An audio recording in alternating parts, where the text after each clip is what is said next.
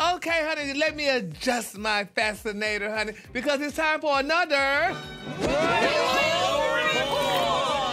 Now, honey, I know all of you, honey, look at me and wonder, how did I become such a diva? This is true.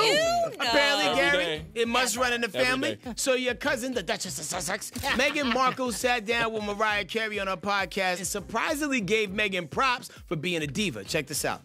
And yes, the diva thing we can play into. I mean, it's not something that I connect to, but for you, it's been a huge part of your... Give us diva moments sometimes, Meghan. What kind Don't of diva even moments act do like... I give you? Don't act like you... It's also the visual. It's the visual.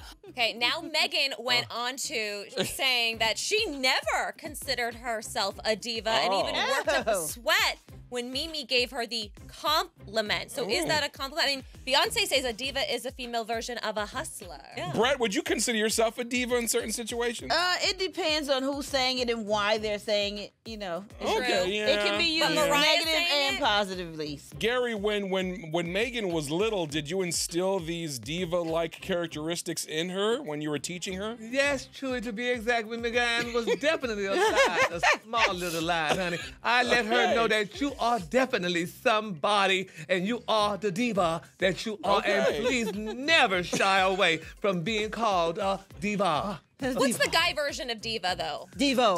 Diva? Devo. A Devo? Whip it good. Or we could call it a nice queen, honey. Yes. Devo!